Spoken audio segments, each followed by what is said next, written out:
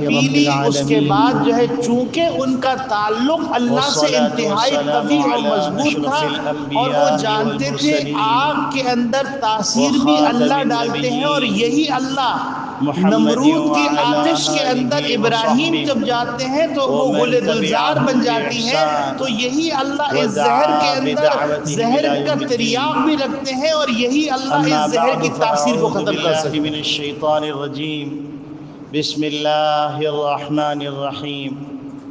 قال اللہ تبارک وتعالی ادعونی استجب لکم۔ وعن عبد الله بن أوفى رضي الله تعالى عنه قال قال النبي صلى الله عليه وسلم من كانت له إلى الله حاجة أو إلى أحد من بني آدم فليتوضأ وليحسن الوضوء وليصلي ركعتين وليثني على الله تبارك وتعالى وليصلي على النبي صلى الله عليه وسلم وليقل اللهم أنت الحليم الكريم سبحان الله رب العرش العظيم والحمد لله رب العالمين نسألك موجبات رحمتك وعزائم مغفرتك ومنجيات أمرك والسلامة من كل إثم والغنيمة من كل بر والفوز بالجنة والنجاة من النار او کما قال علیہ الصلاۃ والسلام۔ میرے محترم بزرگوں، عزیز دوستوں، دینی اسلامی بھائیوں، دنیا دارالاسباب ہے، اور دنیا میں ہر ایکشن کا ری ایکشن ہوتا ہے۔ کوئی اچھا عمل کیا جائے تو اس کا اچھا بدلہ ملتا ہے، کوئی برا عمل کیا جائے تو اس کا برا اثر مرتب ہوتا ہے۔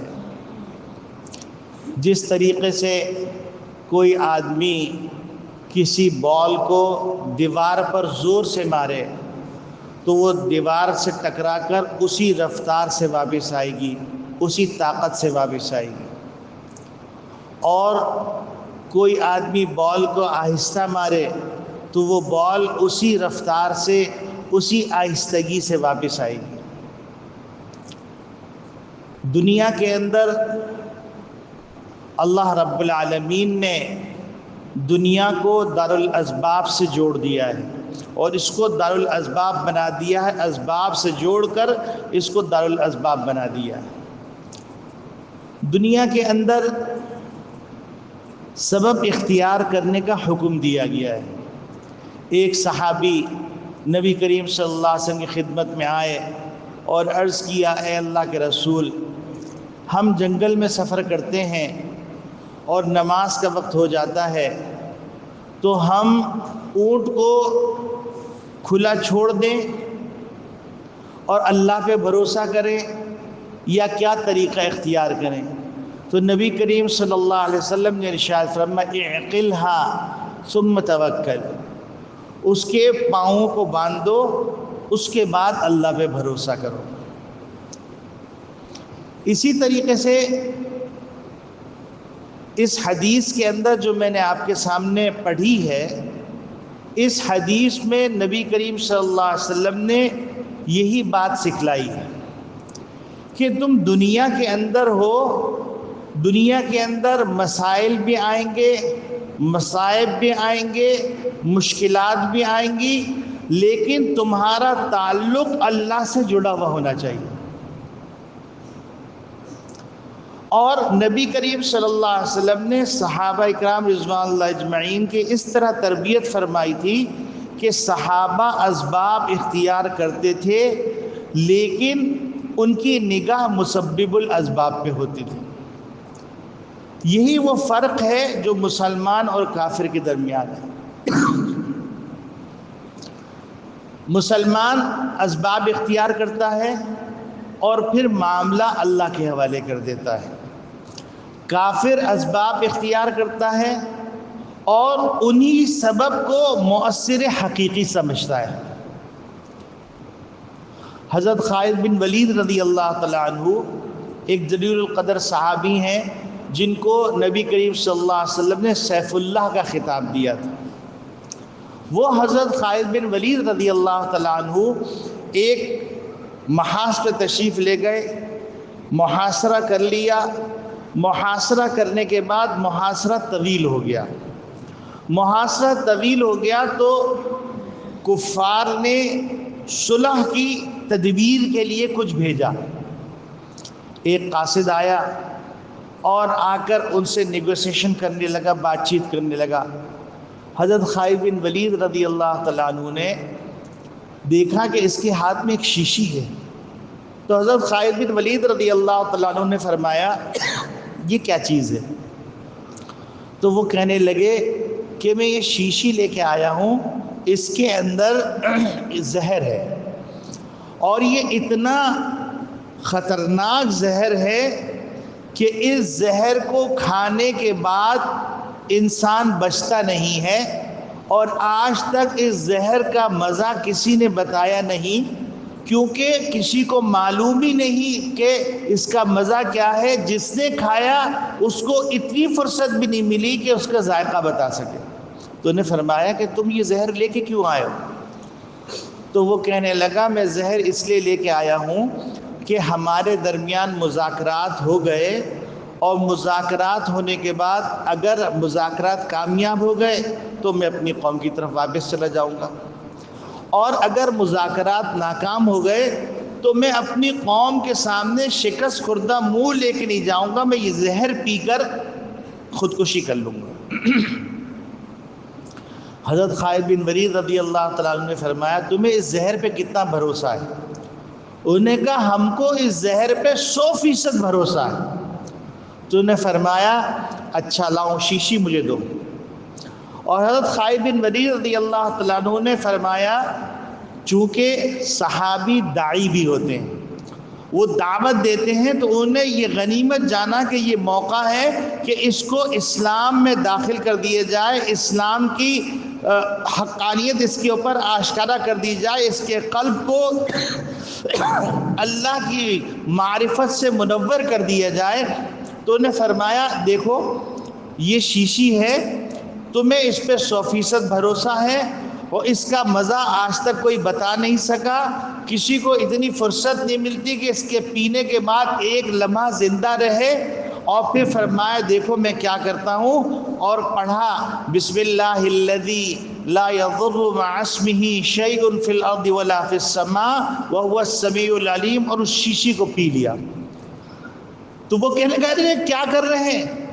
انہوں نے شیشی پی لی. اس کے بعد جو ہے چونکہ ان کا تعلق اللہ سے انتہائی قوی اور مضبوط تھا، اور وہ جانتے تھے آگ کے اندر تاثیر بھی اللہ ڈالتے ہیں، اور یہی اللہ نمرود کی آتش کے اندر ابراہیم جب جاتے ہیں تو وہ گل گلزار بن جاتی ہے، تو یہی اللہ اس زہر کے اندر زہر کا تریاق بھی رکھتے ہیں، اور یہی اللہ اس زہر کی تاثیر کو ختم کر سکتے ہیں.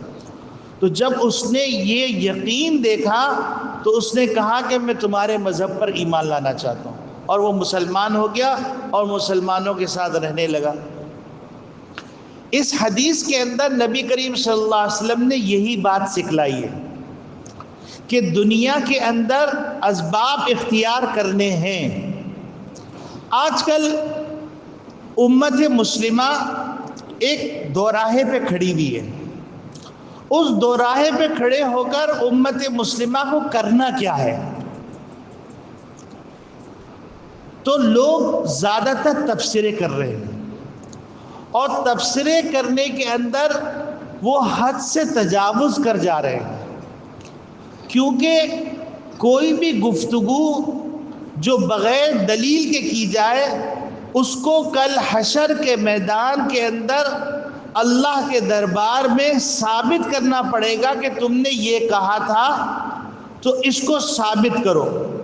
اور وہ جگہ ایسی ہے کہ جس کے بارے میں اللہ رب العالمین فرما رہے ہیں ما یلفظ من قول الا لدیہ رقیب عتید، کہ کوئی آدمی اپنی زبان سے کوئی جملہ نکالتا ہے تو وہ جملہ جو ہے فرشتے درج کر لیتے ہیں.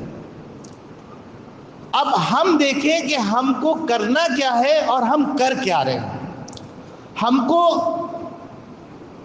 اللہ کی طرف رجوع کرنا ہے, ہم کو اللہ سے مانگنا ہے, ہم کو اللہ نے جو طریقہ اور راستہ بتلایا ہے اس راستے کو اختیار کرنا ہے. ہمارے تبصروں سے, ہمارے کالموں سے, ہمارے مختلف بہتان بردازی سے کچھ ہونے والا نہیں. جو کچھ ہونے والا ہے ما تسقط من ورقۃ فی الارض ولا حبۃ ولا رطب ولا یابس الا فی کتاب مبین. دنیا کے اندر کوئی پتا اللہ کی مرضی کے بغیر نہ گرتا ہے نہ ہلتا ہے. یہ ہمارا یقین ہونا چاہیے. اور اسی یقین کی طرف نبی کریم صلی اللہ علیہ وسلم متوجہ کر رہے ہیں. عبداللہ ابن عوفہ رضی اللہ تعالیٰ عنہ ایک جلیل القدر صحابی ہیں, اور نبی کریم صلی اللہ علیہ وسلم کے ان صحابہ میں ان کا شمار ہوتا ہے جن صحابہ کو فقہا کہا جاتا ہے. وہ فقہاء صحابہ میں سے ہیں. وہ فرماتے ہیں کہ نبی کریم صلی اللہ علیہ وسلم نے ارشاد فرمایا من کانت لہ الی اللہ حاجۃ, کسی آدمی کو کوئی حاجت اللہ کے سامنے پیش کرنا ہو, او الی احد من بنی آدم, یا کسی انسان کے پاس کوئی حاجت اس کی ہو اور وہ اس کی حاجت روائی کرنے کا متحمل ہو اور اہلیت رکھتا ہو, اور وہ آدمی اس حاجت کو اس تک پہنچانا چاہتا ہے, تو اس کے لیے نبی کریم صلی اللہ علیہ وسلم نے ایک طریقہ بتلایا ہے. وہ طریقہ میں آپ کے سامنے عرض کرنا چاہتا ہوں. نبی کریم صلی اللہ علیہ وسلم فرماتے ہیں فَلْيَتَوَضَّأْ, اس کو چاہیے کہ وہ وضو کرے. اگر ہم غور کریں تو ہماری بے شمار حاجتیں ہیں, اور امت مسلمہ بے شمار آزمائشوں میں پڑی ہوئی ہے. تو اس وقت کرنے کا کام کیا ہے؟ تبصرے کرنے کا کام نہیں ہے, تجزیے کرنے کا کام نہیں ہے, کسی کے اوپر الزام لگانے کا کام نہیں ہے. اس کو کیا کرنا ہے؟ فَلْيَتَوَضَّأْ, وہ وضو کرے. وَلْيُحْسِنِ الْوُضُوءَ, اچھی طرح وضو کرے. یعنی اس استحضار کے ساتھ وضو کرے کہ میں چہرہ دھوؤں گا تو میرے گناہ جھڑیں گے, میں ہاتھ دھوؤں گا تو میرے گناہ جھڑیں گے, میں مسح کروں گا میرے گناہ جھڑیں گے, میں پاؤں دھوؤں گا میرے گناہ جھڑیں گے. یعنی جن جن اعضاء کے اوپر میں پانی لگاؤں گا ان اعضاء کے گناہ جھڑیں گے. وَلْيُحْسِنِ الْوُضُوءَ, اچھی طرح وضو کرے. یہ نہیں کہ آپ نے دیکھا ہوگا باتیں ہو رہی ہیں وضو ہو رہا ہے, اور نل کھلا ہوا ہے, پانی بہہ رہا ہے, پانی کا ضیاع ہو رہا ہے اور فکر نہیں. نل کھول کے مسواک کی جا رہی ہے, 5 منٹ تک مسواک کی جا رہی ہے, اور 5 منٹ تک بلا وجہ وضو کا پانی گر رہا ہے. جبکہ نبی کریم صلی اللہ علیہ وسلم فرماتے ایاک والصرف وان کانت علی شاطئ البحر, کہ تم پانی کے اندر اسراف سے بچو, اگرچہ تم نہر کے کنارے پہ بیٹھے ہوئے ہو تب بھی پانی کو ضائع نہ کرو. وَلْيُحْسِنِ الْوُضُوءَ, اچھی طرح وضو کرو. اچھی طرح وضو کرنے کے اندر یہ بات بھی شامل ہے کہ انسان وضو کرتے ہوئے دعا پڑھے اللہم اغفر لی ذنبی, اے اللہ میرے گناہ کو معاف فرما دیجئے. ووسع لی فی داری, میرے گھر میں کشادگی پیدا فرما دیجئے. اللہم اغفر لی ذنبی ووسع لی فی داری وبارک لی فی رزقی, اے اللہ میرے رزق میں اضافہ فرما دیجئے, برکت فرما دیجئے. اگر ہم سوچیں تو وضو کرتے ہوئے پانی گر رہا ہے, ہمارے گناہ صغیرہ جا رہے ہیں, اور اللہم اغفر لی ذنبی کہنے کے نتیجے میں ہمارے گناہ کبیرہ بھی ساتھ ساتھ دھل رہے ہیں. ووسع لی فی داری, گھر کے اندر کشادگی پیدا فرما دیجئے. اب وہ کشادگی چاہے ماحول سازگار ہونے کے اعتبار سے ہو, چاہے وہ فراخی رزق کے اعتبار سے ہو, چاہے وسعت بیت کے اعتبار سے ہو, چاہے آسائش کے اعتبار سے ہو, یہ ساری چیزیں ووسع لی فی داری کے اندر شامل ہیں. چاہے وہ تزیین و آرائش کے ذریعے سے ہو, چونکہ آرائش بھی جائز ہے, آسائش بھی جائز ہے, نمائش ناجائز ہے. یعنی اسلام نے یہ نہیں کہا کہ آپ اچھا نہ پہنیے, اسلام نے یہ نہیں کہا کہ اچھا نہ کھائیے، اسلام نے یہ نہیں کہا کہ آپ کا گھر اچھا نہیں ہونا چاہیے، اسلام نے یہ نہیں کہا گھر کی تزئین و آرائش سے آپ آرائش بھی کر سکتے ہیں، آسائش کا انتظام کر سکتے ہیں، لیکن نمائش نہیں کر سکتے، ریاکاری جس کو کہتے ہیں۔ تو اللہ سے مانگ رہے وَوَسِّعْ لِي فِي دَارِي، اے اللہ میرے گھر کے اندر آسائش بھی عطا فرما دیجئے، آرائش بھی عطا فرما دیجئے اور وسعت بھی عطا فرما دیجئے، اور وَبَارِكْ لِي فِي رِزْقِي۔ آج ساری دنیا پریشان ہے کہ ایک نوالا مل جائے کسی طریقے سے، اور پھر اس نوالے کے حصول کے لیے حرام حلال کی تمیز مٹ گئی۔ حرام حلال کی تمیز مٹ جانے کے نتیجے میں پتہ ہی نہیں چل رہا کہ کیا لے رہے ہیں، کہاں سے آ رہا ہے، کہاں جا رہا ہے، کس طرح جا رہا ہے، کچھ پتہ نہیں۔ تو وہ بارک لی فی رزقی، اے اللہ میرے رزق میں اضافہ فرما دے۔ پھر وضو کے فراغت کے بعد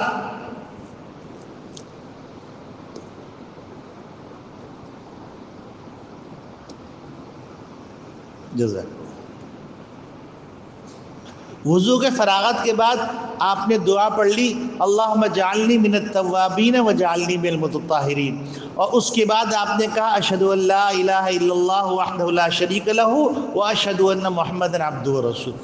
یہ تو ہو گیا ولیحسن الوضوء، اچھی طرح وضو کر لیں۔ پھر اس کے بعد نبی کریم صلی اللہ علیہ وسلم فرما دی ولیصلی رکعتین، 2 رکعت پڑھو۔ اچھا ہم سمجھتے ہیں کہ ہمارے ایک آدمی کے مانگنے سے کیا ہوگا۔ اب میں آپ کے سامنے ایک واقعہ سناتا ہوں تو آپ کو پتہ چلے گا ایک آدمی کے مانگنے سے کیا ہو جاتا ہے۔ دہلی کے اندر ایک وقت آیا قحط پڑا، لوگ صلاۃ الاستسقاء کے لیے نکلے اور صبح سے دعا مانگنا شروع کی، دوپہر ہو گئی، لوگ رو رہے ہیں، چیخ رہے ہیں، بچے جانور سب موجود ہیں، لیکن دعا قبول ہو کے نہیں دی۔ اتنے میں دیکھا کہ ایک نوجوان ایک اونٹ کے اوپر کسی خاتون کو بٹھا کے لے کے جا رہا ہے۔ تو اس نوجوان نے دیکھا کہ لوگ رو رہے ہیں، آخر ماجرا کیا ہے؟ تو وہ گیا، معلوم کیا تو انہوں نے کہا یہاں قحط سالی آ گئی ہے، بارش ہو نہیں رہی ہے، ہم صلاۃ الاستسقاء پڑھ رہے ہیں اور دعا کر رہے ہیں لیکن قبولیت کے آثار نظر نہیں آ رہے۔ اس نے کہا اچھا 1 منٹ رکو۔ وہ گیا اور جانے کے بعد اس نے اونٹ کے اوپر جو خاتون بیٹھی ہوئی تھی وہاں پر گیا اور ہاتھ اٹھائے، دعا کی، ایک دم بادل آئے، بارش شروع ہو گئی۔ تو سارے لوگ جیسے انسان ہوتے ہیں نا بڑے عقیدت مند ہو جاتے ہیں، سارے لوگ اس کے ہاتھ کو چومنے لگے اور عقیدت کا اظہار کرنے لگے اور کہنے لگے کہ تم تو بڑے بزرگ ہو۔ کہنے لگا نہیں میں بزرگ نہیں ہوں، یہ جو خاتون بیٹھی ہوئی ہے یہ میری امی ہے، اور میری امی نے پوری زندگی بڑے پاک دامنی میں گزاری، میں نے تو صرف ان کا پلو پکڑ کے اللہ سے کہا کہ اے اللہ میری امی کی پاک دامنی کا واسطہ تو بارش عطا فرما دے، اللہ نے دعا قبول کی۔ اب آپ سوچو کہ آپ یہ کہتے ہو کہ ایک آدمی سے کیا ہوتا ہے؟ میاں ایک آدمی سے بہت کچھ ہو جاتا ہے۔ اللہ سے مانگو تو، اللہ سے مانگو تو اللہ سنتا ہے، سب کی سنتا ہے۔ تو وَلْيُصَلِّ رَكَعَتَيْنِ، 2 رکعت پڑھو۔ اس کو ہم لوگ اصطلاح کے اندر کہتے ہیں صلاۃ الحاجت۔ اچھا پھر اللہ کی نعمت کو، اللہ کی رحمت کو ہم محدود کر دیتے ہیں۔ ہم جو ہے رحمت کے اندر صرف یہ دعا کرتے ہیں کہ صلاۃ الحاجت ہماری ضرورت، حالانکہ ایک ہی نفل کے اندر آپ 5 نیتیں کر سکتے ہیں۔ نمبر 1 صلاۃ الحاجت، نمبر 2 صلاۃ الشکر، نمبر 3 صلاۃ التوبہ، نمبر 4 صلاۃ الاستخارہ، نمبر 5 اگر تہجد کا وقت ہے تو تہجد، اگر تحیۃ الوضو کا وقت ہے تحیۃ الوضو، اگر تحیۃ المسجد کا وقت ہے تو تحیۃ المسجد، اور اگر جو ہے کوئی اور نیت کرنی ہے تو صلاۃ الاستعانہ، صلاۃ الاستعاذہ یعنی اللہ سے مدد مانگنا اور اللہ سے مصیبتوں سے پناہ مانگنا، آپ نے یہ دعا کر لی۔ اچھا پھر صلاۃ الحاجت کے اندر آپ کتنی نیتیں کر سکتے ہیں؟ ناگہانی آفات، ناگہانی حادثات، ناگہانی اموات سے حفاظت کے لیے، وسعت رزق، درازی عمر، دفع بلیات کے لیے، یہ ساری نیت صلاۃ الحاجت کے اندر کر سکتے ہیں. اب پڑھ رہے ہیں 2 رکعت اور حقیقت میں وہ شمار ہو رہی ہیں 10 رکعتیں، اور اللہ کے ہاں اس کا درجہ کتنا ہے وہ تو اللہ کے ہاں اللہ قبول کرنے آئے تو ایک سجدے کی بڑی قیمت ہے. تو میرے عزیزو اس طریقے سے 2 رکعت پڑھی.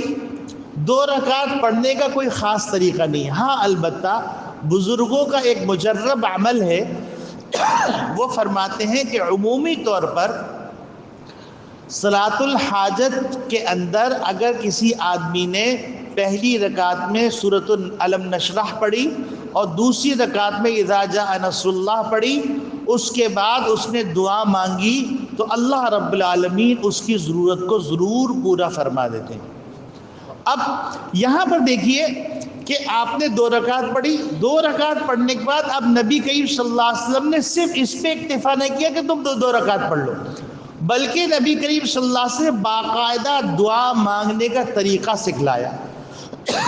نبی کریم صلی اللہ علیہ وسلم فرمایا وَيُثْنِي عَلَى اللَّهِ، اللہ کی حمد و ثنا کرو. مفسرین نے اور محدثین نے لکھا ہے کہ اللہ کی حمد و ثنا کی بہت ساری وجوہات ہیں. ایک وجہ تو یہ ہے کہ جب کسی بادشاہ کے سامنے اپنا عریضہ پیش کیا جاتا ہے تو ابتدائی طور پر آپ القابات سے اس کو نوازتے ہیں اور اس کے اندر کہتے ہیں عزت مآب، محترم جناب، قابل احترام، واجب الاحترام. تو اللہ کی حمد و ثنا اس لیے کی جائے. اور بعض نے کہا کہ اس کی وجہ یہ ہے اللہ کی حمد و ثنا کرنے کی، کیونکہ انسان جس وقت کسی مصیبت میں مبتلا ہوتا ہے اسی وقت کے اندر اللہ کی بے شمار نعمتیں اس کو حاصل ہوتی ہیں. مثال کے طور پر کسی کے سر میں درد ہے تو اس کا ہاتھ صحیح ہے، پاؤں صحیح ہے، دل صحیح ہے، گردے صحیح ہیں، سانس آ رہی ہے، کان کام کر رہے ہیں، آنکھیں کام کر رہی ہیں، ناک کام کر رہی ہے، منہ کا ذائقہ کام کر رہا ہے.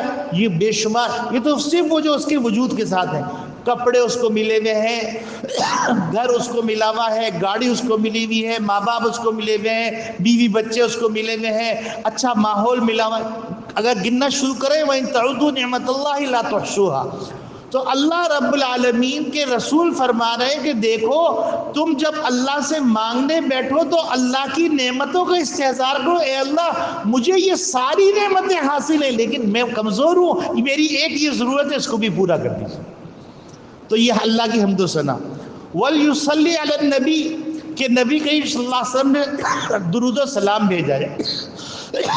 تو اس کی لاجک، اس کا فلسفہ بھی یہ بیان کیا ہے کہ درود شریف ایک ایسی دعا ہے کہ وہ لا محالہ قبول ہوتی ہے، اور اللہ کی رحمت سے بعید ہے کہ اللہ دعا کے ابتدائیہ کو قبول فرما لے اور دعا کے جو متوسطہ ہے اس کو قبول نہ کرے. تو نبی کریم صلی اللہ علیہ وسلم اللہ کی رحمت کو جانتے ہیں تو فرما رہے ہیں کہ تم دعا مانگتے ہوئے درود شریف پڑھ لیا کرو تاکہ اس کے نتیجے کے اندر اللہ تعالیٰ تمہاری ضرورت کو پورا کر دیں گے. اور ایک اور نقطہ بعض محدثین نے بیان کیا ہے کہ نبی کریم صلی اللہ علیہ وسلم کو جب کوئی ہدیہ دیتا ہے، جب دیتا تھا تو نبی کریم صلی اللہ علیہ وسلم ضرور بالضرور اس کا ہدیہ اس کو اچھی طرح لوٹاتے تھے. تو اس کے اندر بعض مفسرین نے، محدثین نے نقطہ یہ لکھا ہے کہ جب تم نبی کریم صلی اللہ علیہ وسلم کی خدمت میں درود بھیجو گے، ہمارا عقیدہ ہے، علماء دیوبند کا عقیدہ ہے، علماء اہل سنت کا عقیدہ ہے کہ نبی کریم صلی اللہ علیہ وسلم روز اقدس میں زندہ ہیں. تو نبی کریم صلی اللہ علیہ وسلم کے سامنے ہمارا نام پیش کیا جائے گا کہ فلاں بن فلاں نے آپ کی خدمت میں درود بھیجا ہے. تو نبی کریم صلی اللہ علیہ وسلم اللہ کے دربار میں دعا فرمائیں گے کہ اے اللہ اس بندے کی ضرورت پوری فرما دیجیے. اور نبی کی فرمائش کون رد کرے گا؟ تو اب نبی کریم صلی اللہ علیہ وسلم فرما رہے ہیں کہ تم یہ کرو. اب چونکہ ہم کو پتہ نہیں ہے کہ ہم کس طریقے سے اللہ کی حمد و ثنا کریں تو نبی کریم صلی اللہ علیہ وسلم وہ بھی سکھلا دیا. فرمایا تم کہو اللہم انت الحلیم الکریم، اے اللہ آپ بڑے حلم والے ہیں. حلم والے ہیں اس میں باریک سا لطیف سا اشارہ ہے کہ میرے اعمال تو ایسے نہیں ہیں کہ اس میں آپ سے کچھ مانگوں، لیکن آپ حلیم ہیں تو آپ میرے اعمال سے صرف نظر فرما کے میری سن لیجیے۔ اللہم انت الحلیم الکریم، اور اے اللہ آپ بڑے کرم والے ہیں، سخی داتا ہیں، اور سخی کے دروازے پہ کوئی آتا ہے تو وہ خالی ہاتھ نہیں جاتا۔ اللہم انت الحلیم الکریم، سبحان اللہ رب العرش العظیم، پاک ہے میرا پروردگار جو عرش عظیم کا پروردگار ہے۔ پھر اس کے بعد دعا کے کلمات شروع کیے گئے، نسألک موجبات رحمتک وعزائم مغفرتك ومنجيات أمرك والسلامة من كل إثم والغنيمة من كل بر والفوز بالجنة والنجاة من النار ربنا لا تدع لنا ذنبا إلا غفرته ولا هما إلا فرجته ولا دينا إلا قضيته ولا كربا إلا نفسته ولا مبتلا إلا عافيته ولا سائلا إلا أعطيته ولا مريضا إلا شفيته ولا ضالا إلا هديته ولا ولدا إلا أصلحته ولا مستغفر الا غفرت له ولا حاجة من حوائج الدنيا والآخرة الا قضيتها ويسرتها يا ارحم الراحمين۔ پھر اس کے بعد آخر میں درود شریف پڑھ لیا۔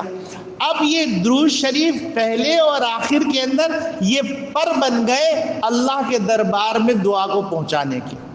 تو میرے عزیزو، آج کا پیغام، حالات حاضرہ کا پیغام، قرآن اور حدیث کی روشنی میں نے آیت پڑھی، ادعونی استجب لکم، مجھ سے مانگو میں تمہیں دوں گا۔ حضرت موسیٰ علیہ السلام کی امی نے مانگا، اللہ سے مانگا، اور پورا فرعونی لشکر اپنی فرعونیت پہ اتر آیا تھا، ہر بچے کو ذبح کر رہا تھا، اور اللہ رب العالمین نے کہا اب میری قدرت دیکھو۔ اللہ نے حضرت موسیٰ علیہ السلام کے صندوق کو فرعون کے پاس پہنچایا، فرعون نے اس بچے کو اپنے گھر میں پرورش کی، اور اپنے گھر میں پرورش کر کے اور پھر اللہ رب العالمین نے اس سے کام لیا۔ تو اس طرح بے شمار واقعات ہیں، وقت پورا ہو چکا ہے، تو بس میں یہ عرض کر رہا ہوں کہ یہ وقت ہے، ادعونی استجب لکم، تم مجھ سے مانگو میں تمہاری دعا کو قبول کروں گا۔ اور نبی کریم صلی اللہ علیہ وسلم ایسے وقت کے اندر جب تمہاری کوئی ضرورت اللہ سے ہو، دنیا کے کوئی بھی حالات اللہ کی اجازت کے بغیر وقوع پذیر نہیں ہوتے، تو لہٰذا اللہ کی طرف رجوع کیجئے، اللہ سے مانگیے، اور بیکار بے مقصد فضول بحثوں میں نہ پڑیے، کیونکہ آپ کو نہ اول معلوم ہے، نہ آخر معلوم ہے، نہ متوسط معلوم ہے، نہ پس منظر معلوم ہے، نہ آپ کے سامنے حقائق ہیں، نہ آپ کے سامنے تفصیلات ہیں، اور آپ کی پہنچ کہاں تک ہے؟ میرے اور آپ کی آپس کی گفتگو، آپ کی پہنچ یہ فلاں بڑے معتبر آدمی نے کہا۔ معتبر کون ہے؟ جمعدار صاحب۔ معتبر کون ہے؟ فلاں صحافی صاحب جن کو آپ دس کرنا بھی نہیں آتا۔ تو میرے عزیزو، یہ جو زمانہ ہے، اس زمانے کے اندر رجوع اللہ یہ آپ کا اسلحہ ہے، اور اللہ کی طرف رجوع کیجئے، اور اللہ ہی حالات کو موافق فرمائیں گے۔ اللہ تعالیٰ ساری امت مسلمہ پر رحم فرمائے۔ وآخر دعوانا ان الحمدللہ۔